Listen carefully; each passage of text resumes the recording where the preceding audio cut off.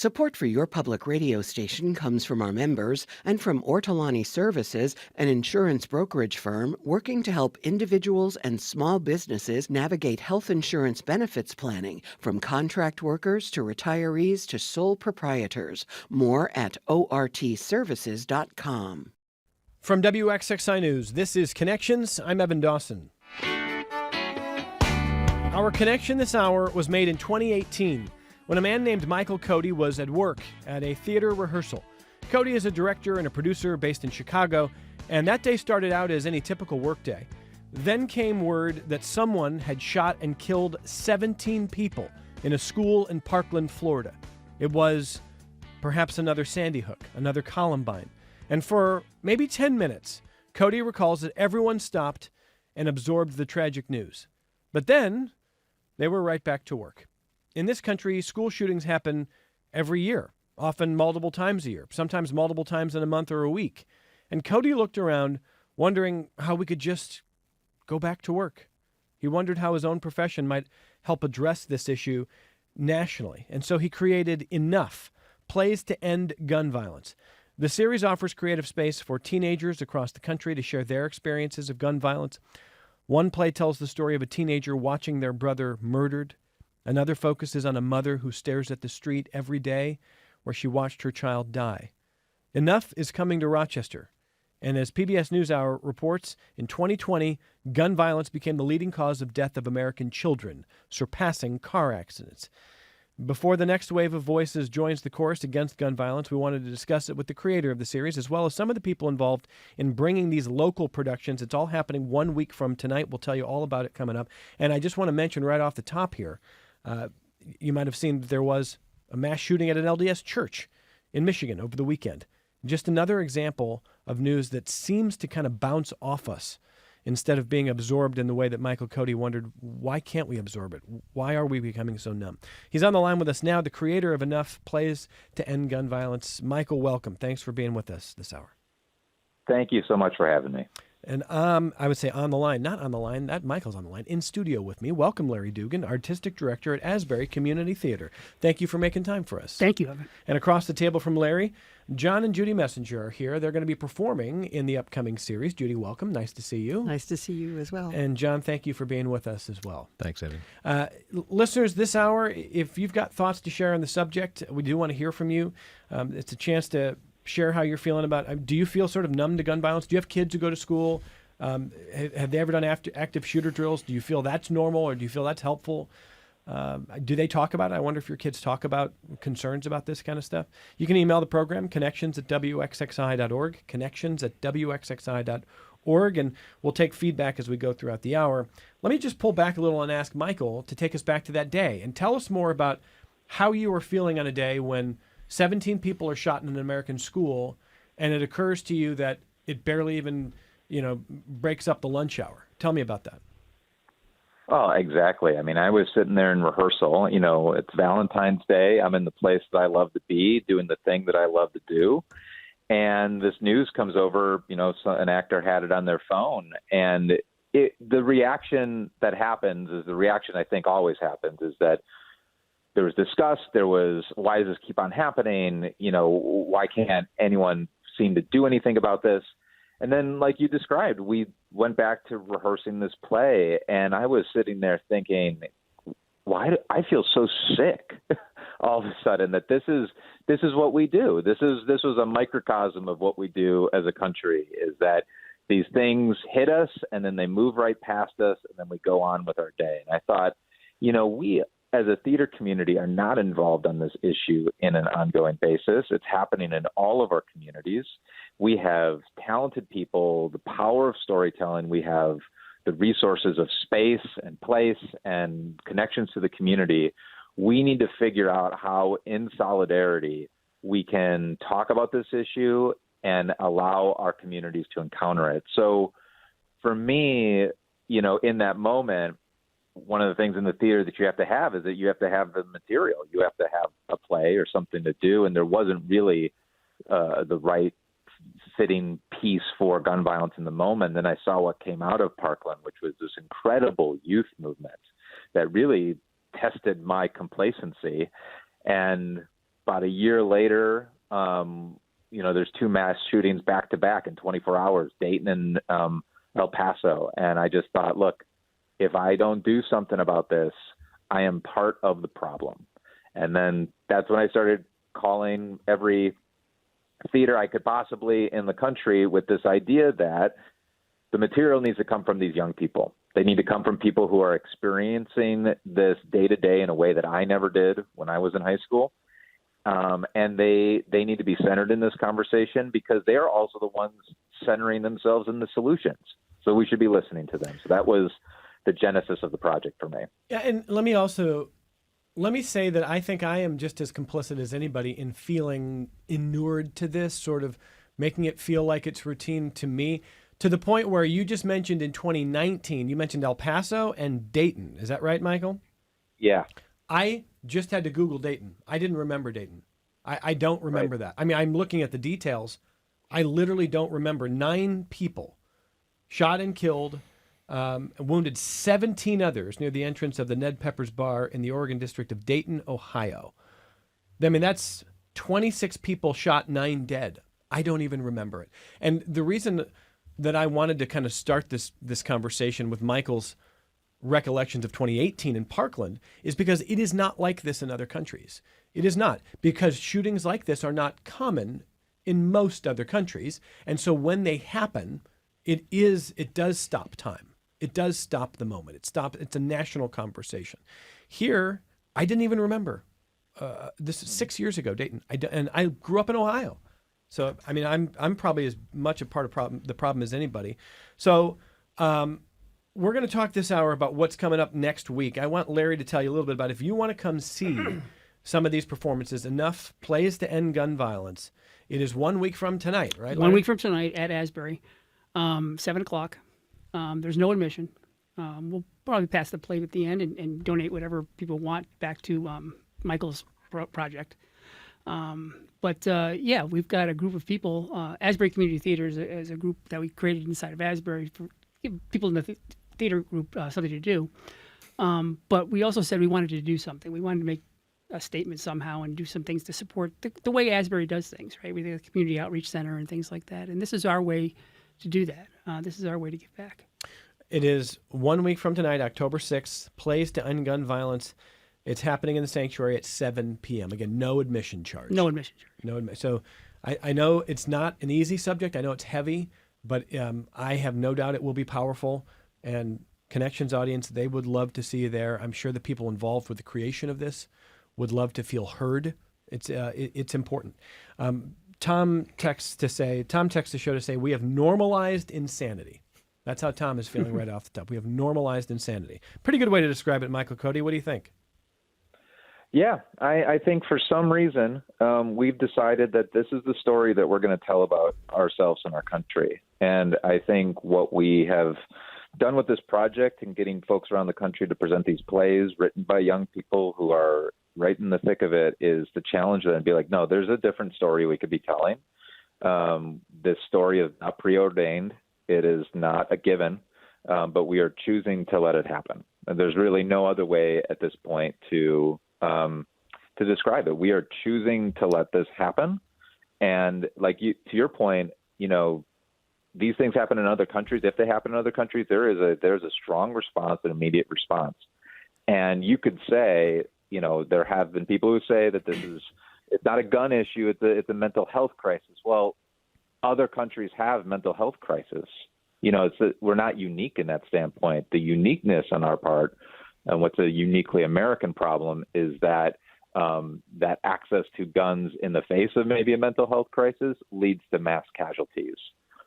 So that is the story that we are stuck in, and hopefully these stories by young people can break us free. Yeah, and in other countries when this happens, there's often a policy response that happens as well, which is also to say that this country does make a choice when these things happen, which is a policy response of not doing something, which is a choice. And I know in the last several weeks since the murder of Charlie Kirk, a lot of people have shared that clip of Charlie Kirk himself saying that he thought it was worth the price of the Second Amendment, that we would lose some Americans in shootings every year. And I am not comfortable drawing the conclusion that some are making, which is that, well, see, then he's fine with his own death. I think that is a cold and dark reading of it, and I'm not comfortable with that. And I still think we ought to mourn. I don't care where your politics are. I think we ought to mourn every murder. I think we should be mourning every murder and accepting none of it. But I do think at least what Charlie Kirk is saying in good faith, that was his argument in good faith, was this is the price that you pay of freedom is that it's not going to be perfect and that there will be some pain. He wasn't predicting his own death, of course. But it's the same kind of thing where you say, well, I don't think there should be seatbelt laws, and therefore some people will be lost with seatbelts. When you make these choices, it is a trade-off. This country has decided that the proliferation of guns is worth the trade-off. That is, there's no other way for me to draw that conclusion. Is there another way for you to draw it, Michael? No, I can't either. I mean, your point about seatbelts is spot on. Or like, I want to be able to drive intoxicated, or Yeah. I want to be able to smoke a cigarette in any public place. No, that's a harm to public health. Like, how is this different? So, I mean, I know it's enshrined in our Constitution, but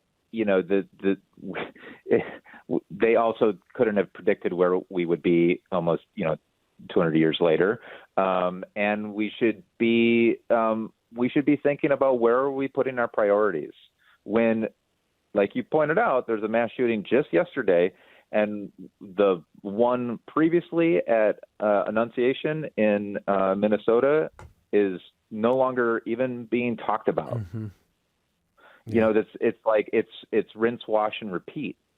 And when it becomes that, then we are so numb to it that we need to wake up a little bit as a country and think about how far are we going to let it get before we feel like, oh, now maybe we should do something about it.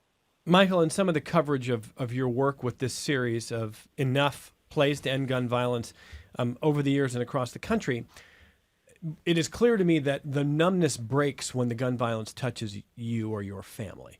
And so that's what I see in a lot of these kids and young adults and teenagers who are talking about watching a brother get murdered, or a mother who, stares at the street where she watched her son die. I mean, these are very, very hard things to hear, but those folks are not numb. They can't be numb because they've literally lost someone close to them. What have you experienced throughout this series? Do you want to describe a little bit about some of the impact that you have felt just in kind of working with people and seeing the creations in this series?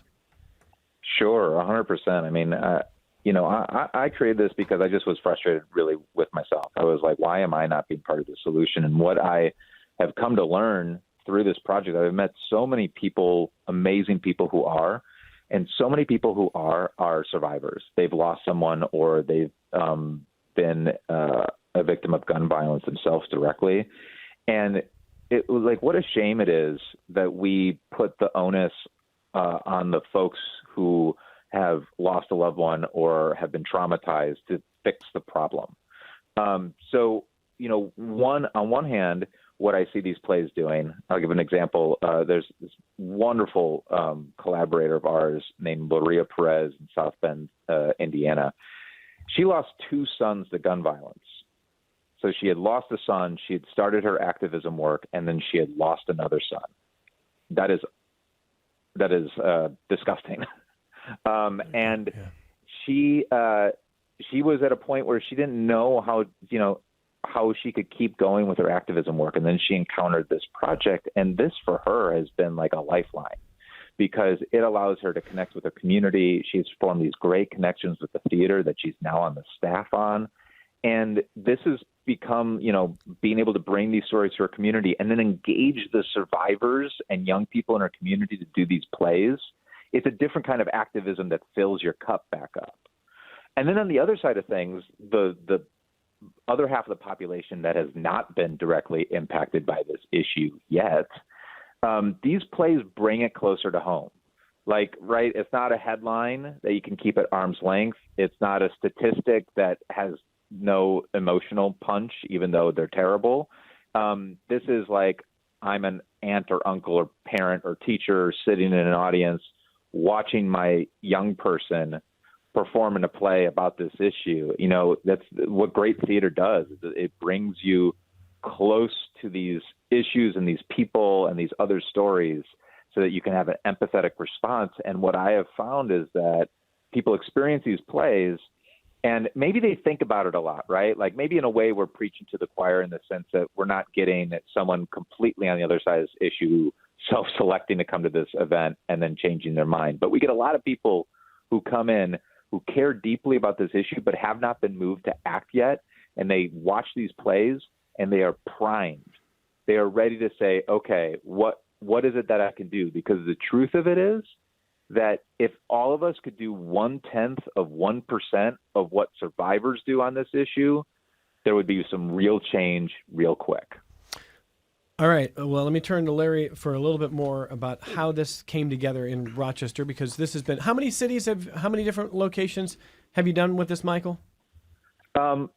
To date, over the last 3 readings, we've about 140, and this year we have north of 70. So when did you first hear about this, Larry? So I heard it about 3 years ago. I think I got one of your Facebook posts, I think, Michael. And it was at a time when I was teaching at Monroe Community College. I was teaching a class in college preparedness. And I had a group that I had on Saturday morning. And I walked in one day and I said, I heard a lot of stories, right? In this group on Saturday morning, I had a very special group. Some of them are coming from the jail. Some of them are coming from around town. And I walked in and I said, there was the last 2 headlines in the newspaper for the Monroe Doctrine, which is the paper over at Monroe, was about opioids. And I walked into this group and I said, today's discussion is going to be why? Why is the opioid problem right now? Why is this a problem? And after a couple hours worth of conversation, I heard a lot about this. I heard about the fear that they had about walking out into the streets every day and hearing the gunshots and everything else. But when it came down to it, they finally said, we have no hope. We have no hope as a group, this group of people that I was teaching. And I said, how do you solve that? I mean, how can we, sitting here in a classroom, talk about that as a lesson? And it just so happened that it was about the same time that Enough came around. I was like, well, here's something we can do. And here's something that we can do to work with a population that may live in a hopeless fear every single day. So I got in touch with Michael at that time, and I said, we'd like to do this in Rochester. How do we do that? And he set us up, and unfortunately we couldn't do it that year. And then last year was a different problem. But this year we're finally getting to do it. And it's an interesting to hear it from the students in the classroom that I did, and then to hear it from the playwrights now on their lines. This is intense. This is something that is very, very intense. And I've had a couple of my cast members that came back to me after they read the play and said, I don't think I can do this. This is serious. Too heavy? Too heavy. And the stuff that these kids wrote, the high school kids that wrote this stuff, they wrote great. You wouldn't know it was a high school kid. You wouldn't think of it, this is written by a high school kid. But these people have lived it. And they're talking about their lives. And that's, for theater, that's where the best theater comes from, right? From real life situations that people are recreating. And that's our job. But, to feel that group of people that have no hope and are afraid to go out in the streets every day because of the gunshots and the violence that goes on out there, this is exactly what we wanted, the message we want to get across. Are you worried that this community is going to find the topic too heavy as well, and that people won't turn out because it's going to be hard for them to sit and listen to these stories presented essentially on stage? The reality is they're not 2-hour plays. They're 10-minute plays. Each one of these shows is 10 minutes apiece, and they get their message across very quickly, and then they get a breather. So I don't think so. But they are. I mean, there's no question. These things are intense. John, who's here with us now, actually plays the character Death in the plays. Oh. And it's he talks about almost how death has become just another death. Really, I mean, it's serious stuff. We become numb. Yeah. Numb to dying in our community. Yeah. Yeah. And so the very first performance is on what subject?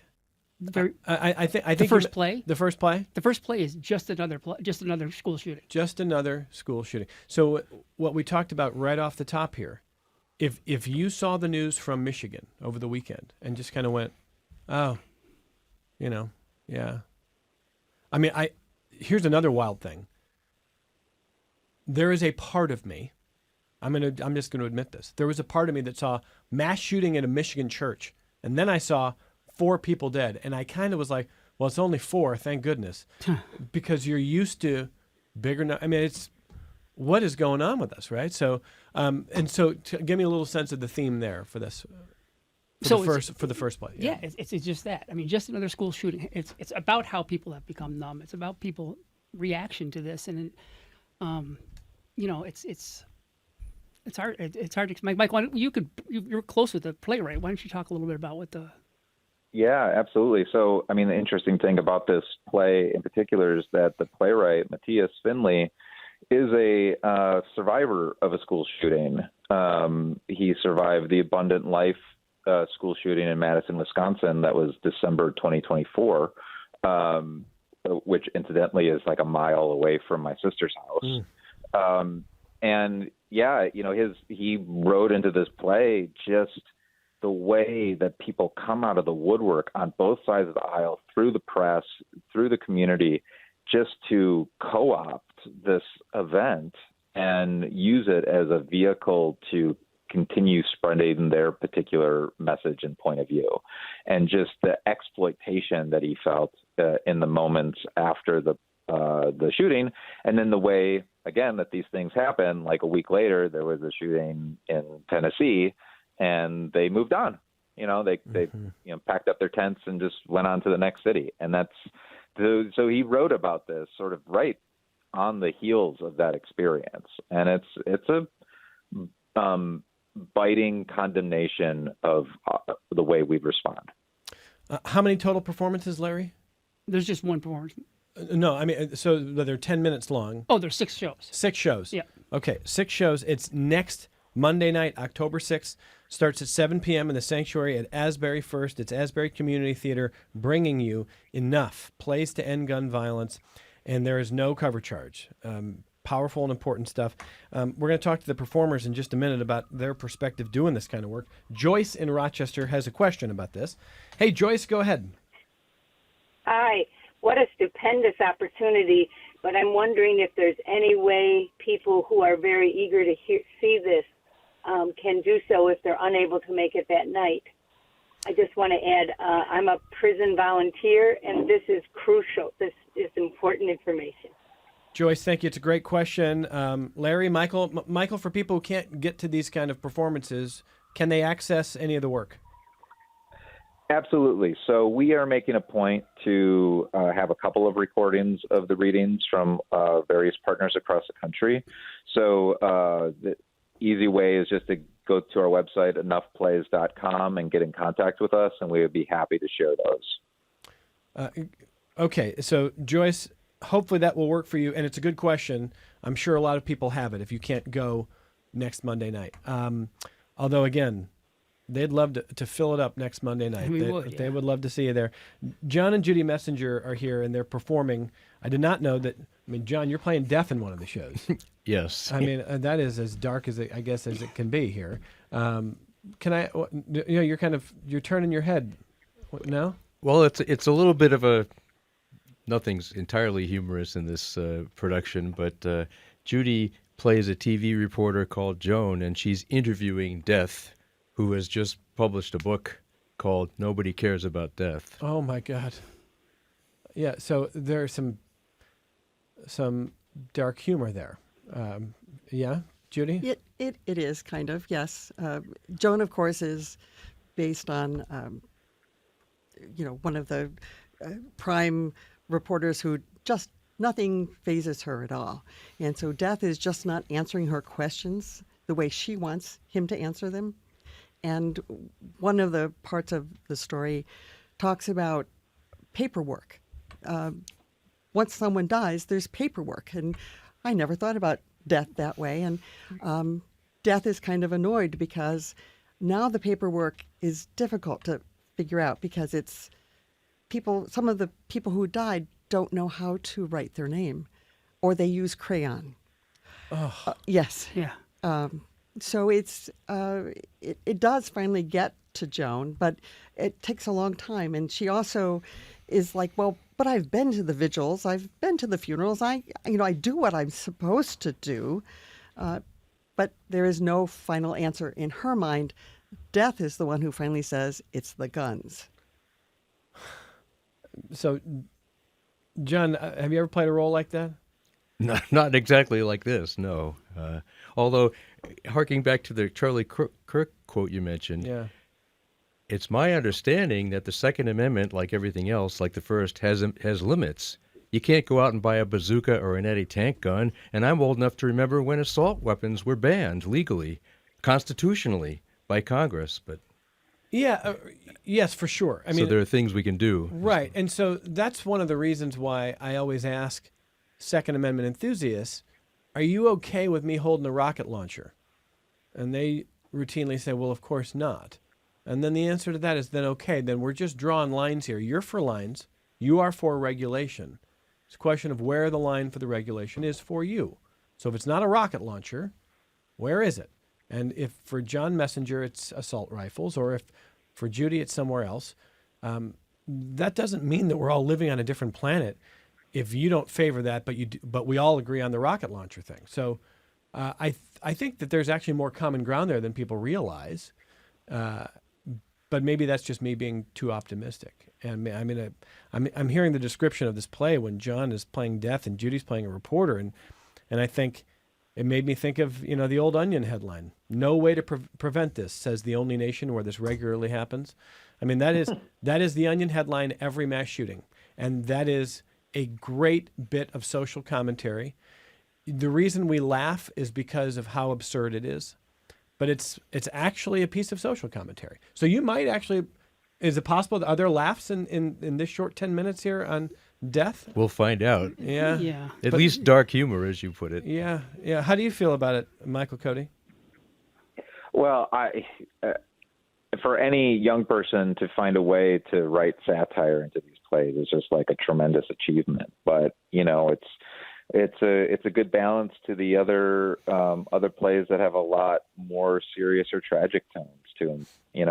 And the way I've sort of seen the arc, because this is our fourth year doing this, and to the point of your caller, these plays then become available. They get published, they can be done, they can be read, and the first year we did this was 2020, and nobody was in school.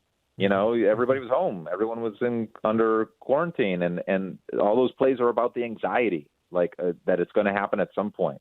Then our second year was all about this sense of mourning. There's a lot of plays about mothers and fathers, mostly mothers, mourning the death of their young kids. And then last year was just like the adults. The adults are screwing this up. They have not done enough to protect us. And this year, it almost, like, all the plays have a sense of feeling trapped. All the plays, in one way or another, are about characters feeling trapped in these circumstances and desperately trying to get out. So, I hope that message gets through. And also that, again, it is a choice not to do anything. Like the refusal to even try policies is a very weird choice to me. Because obviously not doing anything and just sort of letting things play out again and again doesn't change the narrative at all, doesn't change the story we're in. Well, Larry Dugan, artistic director of Asbury Community Theater, said earlier this hour, and he has really been moved at the depth of the writing and the quality of this. Judy, you agree with that? I do. How has it hit you being a performer in some of these? Well, another of the plays that I'm in, it's called Under Wraps. And in that case, I play a mother role, but it's a young woman who is, it's a domestic abuse situation. And the mother is trying to decide whether or not this is something she needs to interfere with. She loves her daughter. She's excited that she has found a relationship that she seems to like, and it's going well, but she's staying out of it until it's too late. John, how have these affected you? Got me thinking about what we can do. The quote or the line, "It's better to light one candle than curse the darkness," comes to mind. I tend to be a positive, upbeat, glass half full person. Therefore, but boy, is this this is a heavy issue, but that means we need to not give up and keep moving forward. One of the other plays, by the way, that I'm in, you talked about, I guess Michael mentioned last year's theme about adults being part of the problem. I mean, I play a little a commentator, an anchor, a few adult roles basically, and the common thread there is, from the kids' perspective, they're all sort of clueless and just mouthing platitudes and not really caring or helping too much or enough. And you can understand that sentiment? Oh, sure. Yeah. Same, Judy? Yeah, I agree. Listen, I know this is heavy stuff, but I've got some really interesting emails to read from listeners already after we take this only break. If you want to share more, listeners, you can do that at connections@wxxi.org. If you're watching on the WXXI News YouTube, you can join the chat there. You can call us 844-295-TALK. It's toll free. 844-295-8255. 263-WXXI if you call from Rochester, 263-9994. We're being joined this hour by Michael Cody, who is a producer, director, and the creator of Enough, Plays to End Gun Violence. Larry Dugan, the artistic director of Asbury Community Theater, that's where Enough is coming. Coming to Rochester 1 week from tonight, October 6th, 7 p.m. in the Sanctuary at Asbury, and they would love to see you there. There's no cover charge. 6 different performances, and they're about 10 minutes long each. So they move, even though it's heavy. These performances move, and then they bring you a different one. So about an hour's worth, 6 different performances, and 2 of the performers are with us this hour. Judy and John Messenger are with us in studio. We'll come right back to your emails next. Support for your public radio station comes from our members and from City Magazine, covering arts and culture in Rochester and the Finger Lakes since 1971. The online City calendar covers everything from live theater to local music. More at roccitymag.com. This is Connections. I'm Evan Dawson. So let's work through some of the emails here. We've got a lot. Brian in Fairport says, I think this is a very important conversation that you all are having. I wonder, though, if we focus too much on mass shootings and gun murder when it's statistically shown that gun suicide is as much or more prevalent issue. We see mass shootings on the news, and they get many shows like this, focusing on them. But suicide gets far less attention, despite being a major problem. Does your panel have any thoughts on this? Brian, that is a great email, and I'm going to start just as the journalist on the program here. Let me just say this. First of all, you are correct that suicide's a major issue, and gun death very much includes suicide in my mind. When we talk about gun deaths, I know we routinely hear from people who say, well, you can't call it preventable gun death because someone may complete suicide in another means. And they might. That's true. They are much more likely to be successful with a gun, just as like they are much more likely to be successful when they want to target somebody for violence with a gun. And it is a huge problem. It is a huge problem everywhere. The highest rate of gun death in this country is in the contiguous American South, where there are fewer gun regulations. And that includes access to guns for suicide. So, Brian, I just want to say I care very deeply. I'm sure all of our guests do too. Michael Cody, you want to respond to Brian there? Yeah, 100%. Brian's absolutely right. And I think something that's just important to know about this, what we do with this program is, I did come into this originally mostly thinking about mass shootings and school shootings, and because, again, that's what's sensationalized on our news all the time. However, having done this work, having met people who work in gun violence prevention, I was quickly corrected. And what we do to ensure that the full breadth of the story about gun violence is told is that we really make sure that when we select the 6 plays every year, we aren't just picking 6 plays that are about mass shootings or school shootings. So we have, we definitely have that story in these 6 plays, but we have a story that's about, where gun violence intersects with what it means to be Black in America. We have a story that's about domestic violence. There is a narrative about gun suicide by a veteran in one of the plays this year. So we are really trying to, with these 6 plays, show a kaleidoscope view of what this issue is and all the ways in which it intersects with other issues that we're dealing with as a country. In studio here, Larry, anything you want to say to Brian in Fairport? Yeah, I think it's good to know that, yeah, I think maybe 2 of the 6 plays that we're doing are about school shootings. I think the rest of them are not about school shootings, about other things that happen. And there's one about suicide. And in the past, there's been every possible topic that I could think of in the plays that they've produced or brought out. These kids have really covered the gamut, really, in the use of guns and violent type things. But I think, and Michael can talk about this too, the number of kids that respond when they put the call out these 6, they picked 6. It wasn't like they got 6 people and they took those 6 programs. They took over 300, Michael, right? Yeah, at this point, I think this year we had 127, but in total we've had more than 700 plays submitted to the project. Wow. Yeah. Yeah. And really well written. I mean, these are, they're not like a kid wrote a thing with a crayon. This is a serious playwright, and some of them have some experience with playwriting as well. So, yeah, they cover the gamut. They cover the gamut on all. Judy and John, anything you want to say to Brian and Fairport? Well, both of us are also involved with NAMI, the National Alliance on Mental Illness, and there's a big suicide prevention element to that whole field, and there are a lot of other organizations also working in it. But yeah, Judy? We have a son who's a veteran, and we've another son who took his own life. So we sort of know where this is going. Yeah. I'm sorry for your loss, and I just want to say to Brian, you're right. I mean, violence is violence, and gun violence can touch people in a lot of different ways. And I appreciate you keeping our minds on that. Sean writes to say, I own a rifle. I had to take a hunter safety class before I could get a hunting license, but I don't need any education to buy a firearm. Requiring safety education for a purchase would inherently add a cooling off delay. This is something that the NRA should be able to get behind. They were a safety organization before becoming a lobbying group that rejects regulation. Sean says they reject any common sense regulation. That's what his email actually says. I won't edit you, Sean. But Sean's saying, here's something that makes sense. If you got to take a hunter safety class before getting a hunting license, you should have to take something before you can go purchase a firearm. How's that, Michael Cody? Is that somewhere you think there can be common ground? I am not going to disagree with any of that. In order for me to drive a car, I need to get a license.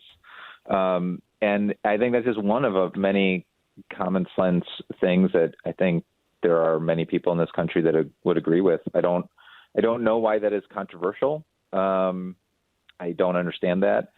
But, and something I want to point out too, is that when we put out this call for young people, to write plays, clearly I have a point of view on what solutions might be, and clearly I have a point of view of maybe what we should be doing.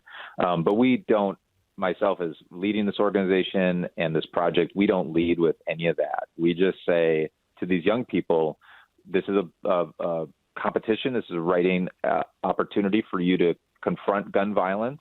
That's literally what we say, confront gun violence through writing a 10-minute play. And, the only maybe parameter we give is that if you can write a play without depicting the actual incident of violence, so we're not just putting these traumatic instances on stage, that's great.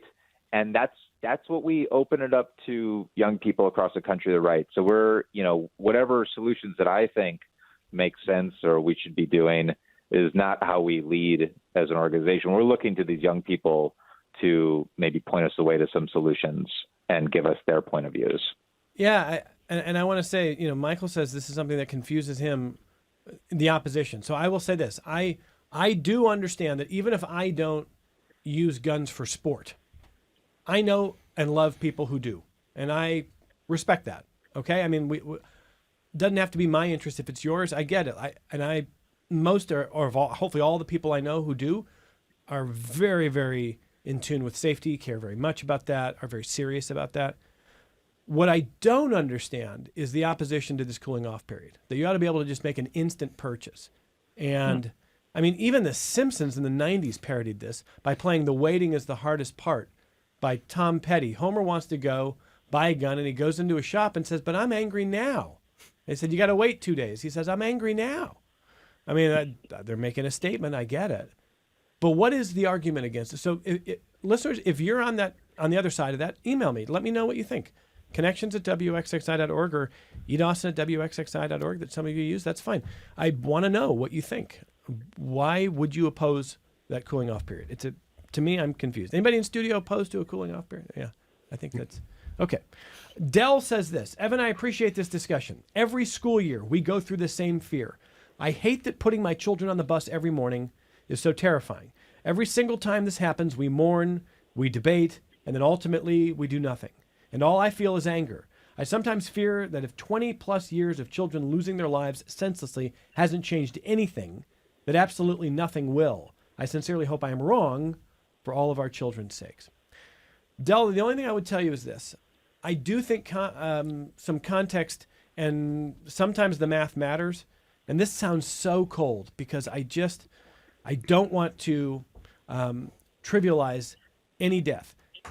I mean, if there's any comfort here, it's that there's still a very low likelihood that your child will ever be at a school where there's a shooting.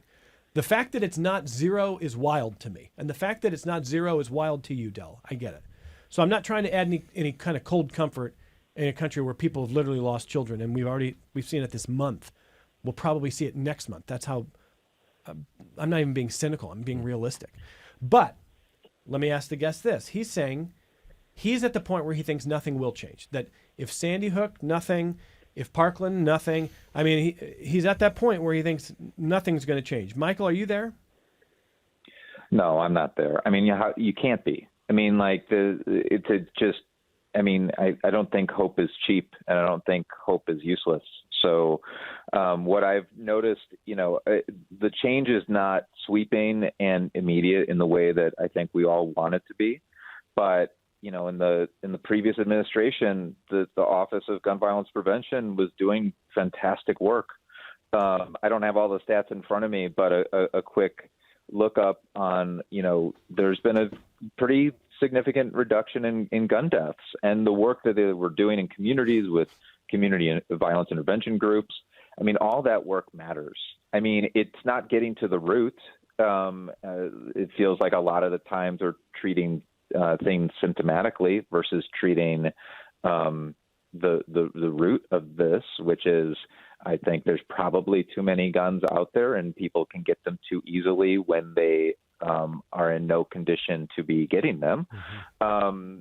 But I don't think you can be hopeless. And one of the things that gives me hope is these young people writing these plays, exercising their First Amendment and getting their point of views out there, and getting communities across the country to, on a day that isn't a remembrance of a terrible tragedy, a day we've selected to have this conversation, we're gathering in our communities across the country to talk about how does this issue impact us.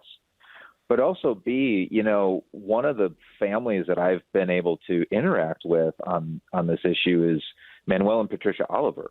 So Manuel and Patricia Oliver lost their son Joaquin at the 2018 Marjory Stoneman Douglas shooting in Parkland, Florida, the same day that I sort of got sent on this path. And I've been working with them the last couple of years because Manny has a one-man show where he talks about losing his son and what came next. And they are tirelessly working to make sure that nobody shares their story. And seeing that gives me hope. I mean, I know everyone grieves differently, and not everyone should be expected to pick up the torch of activism after they lose someone. But like the folks like that and Loria and these amazing people who are doing this selfless work, that gives me hope. Do I wish it happened more quickly? Do I wish it happened 10 years ago so that all of them would still have their kids here? Absolutely. But I think you have to have hope at the core of this. Let me ask the messengers if you have hope on these issues. Yeah. I do. Yes, I think we can do more, and we should do more. One thing I remember is the collapse of the Soviet Union back in the late 80s, and I remember thinking at the time, empires and governments seem so huge and powerful, and what's any individual compared to that? But we're all just individuals, and that happened so quickly, relatively speaking, and suddenly, just as easy as one person changing their mind or their opinion on something, we could all do that together, or enough of us, a critical mass of us, and that could make a huge difference. That's an interesting reference, John. Last week on this program, Randy Stone was here, the director of the Skolny Center for Polish and Central European Studies here in Rochester, and he was in Germany in 1989, and he said, even then, months away, he did not see it coming. Not at the rate of, it goes slow, slow, slow, and then all at once. And he said he would not have told you in 1989 when he was in Europe that he was on the eve of it. And it's just a reminder that the change we think is impossible might feel intractable for a long time before it actually happens. So Could happen with gun violence then. Yeah? Maybe so. How do you feel, Larry? I hope so. I mean, yeah. I mean, those students that I talked to that had no hope, which is really because they weren't doing anything, right? This is something to do. This is an action, positive action in the right direction. And I think that's what it's going to take. It's the simple things that we can do as theater people, right? This is things that we can do within our context. And that's what I was challenged with, was what can I do as a person? How can I do as a theater person in this particular case? And then this came along. It was perfect timing. An email from Dan, and I know this Dan. It's really lovely to hear from this Dan.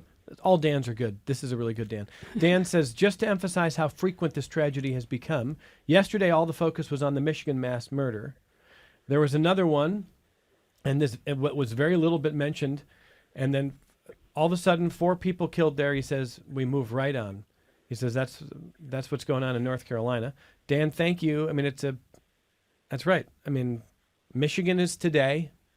Then the next one pulls your attention away, and the people in Michigan will feel forgotten. And there are 4 families grieving today, and that will be another community tomorrow. That's just where it is. Zach wanted to know if there have been any plays on the subject of active shooter drills. So Michael Cody, over the years with enough plays to end gun violence, have active shooter drills come up at all? Yes. In fact, we have a really, I want to say, horrifying is the word that comes to mind, but a disturbing play that came out in 2022 called Rehearsal by Willa Collieri. And Rehearsal is really, for me, it's sort of like this twisted version of where active shooter drills are going if we continue to lean on them as a solution. And it's about a class of students and their teacher that actually lead themselves through a rehearsal of a school shooting, where there are victims and someone is a shooter, and it's all told in sort of a documentary film style where everyone's speaking to the audience. And it feels absurd, and it feels scary, and then it also feels like this actually could be potentially happening somewhere in our country. Mm-hmm. And it's really just about, we are not so many steps away from normalizing something like that. That play has actually been turned into a short film and is currently going through film festivals right now, and we're looking to get a wider release of that one. But it is, so we've had those. We've certainly had, we've had plays that are from the point of view of teachers that are feeling anxiety and not sure how to respond in these situations. We have, it's sort of what is so disheartening for me is how ubiquitous this is for young people. In a way that never was when I was in high school. Amen. I think, I'm going to speak way out of school, and listeners, please check this out before you trust me saying this. I think the data says these things don't really work anyway. I think the data, to the extent that we have it, indicates that active shooter drills are not really effective at saving lives. And my instinct as a parent is I don't want my sons doing them. I don't want you to traumatize my son by teaching him how to jump in a closet when someone walks in with an assault rifle. I just don't want you to do that. I would like us to not. I don't know. Well, Judy and I remember hiding under our desks for air raid drills in the early 60s. That's right. Like that was going to do a lot of good. Well, that's another thing that confused me. That's what we were doing with nuclear under the desk, huh? Same efficacy. Go ahead, Michael. Yeah. Because, I actually heard, David Hogg, one of the founders of March for Our Lives, was asked this question on Bill Maher's program. It was like, he was like, look, we went through all these, bomb safety things under our desk, and like I turned out fine. And David Hogg's point of view is like, yes, but for us, the bomb drops every other week. Like you never had the nuke never dropped on any town, USA. Yeah. But every other week, the result of these active shooter drills, the actual shootings happen. Yeah. So that's the key difference. It's like maybe that was weird and traumatizing and scary in the moment, but you never have to go through any sort of fallout where there's communities going through fallout all the time. If I didn't get to all your emails, listeners, I'm sorry. We could have done this for 2 hours. I'm going to close with Rick. Rick says, I think we need to remind ourselves, Evan, that hope is essential, but it takes time. We need to remember that hope motivated women in 1848 to begin the process of seeking the vote. Abolitionists spent decades working to end slavery, and after that, decades more to end Jim Crow. We need to be committed to change over the long haul. There's no magic solution for gun violence, and we need to work at it continuously. That is from Rick. Powerful words from Rick. Michael Cody, congratulations on the work here. I mean, it's a strange thing to congratulate you for, but it's important work. And I know Rochester will benefit from seeing enough plays to end gun violence next Monday night, 1 week from tonight, 7 p.m. at the Sanctuary at Asbury First. It is free to the public. They would love to see you there. Michael, let's talk again in the future. Thank you for being with us. Thank you so much. Michael Cody, creator of Enough Plays to End Gun Violence. Larry Dugan, the artistic director of Asbury Community Theater, who helped bring it here. Good luck next Monday. Thank you for being here. Thank you, Evan. And thanks to John and Judy Messenger, performers. We'll see you next Monday. Thanks for being here, both of you. Thank you. More Connections coming up.